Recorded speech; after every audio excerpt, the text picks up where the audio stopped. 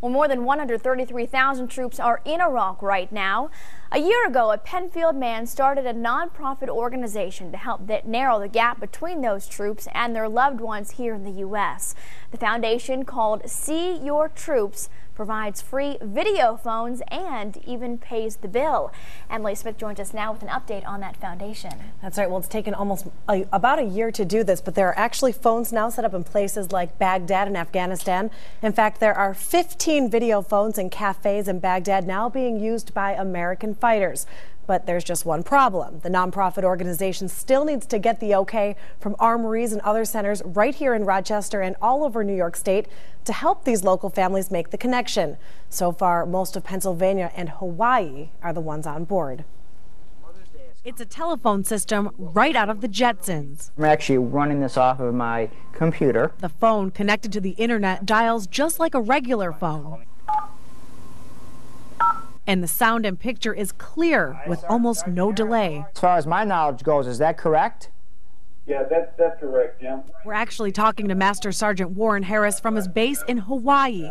Harris says the technology has really boosted morale. You're defending your country in a foreign land and you're able to reach back and touch your family back in the United States or anywhere else in the world. There are now 15 of these 5Linx video phones set up in Baghdad cafes and more set up in other areas, including Afghanistan.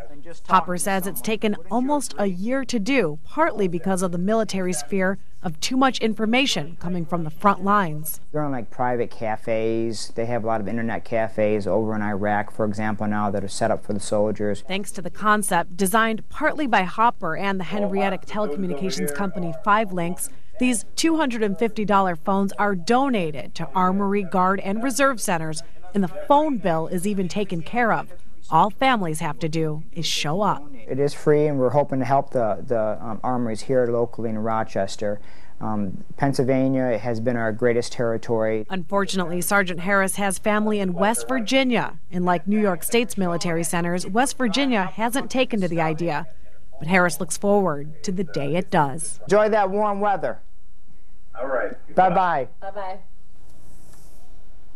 And I spoke with the 98th Division's Major James Lincoln tonight. That division is headquartered here in Rochester.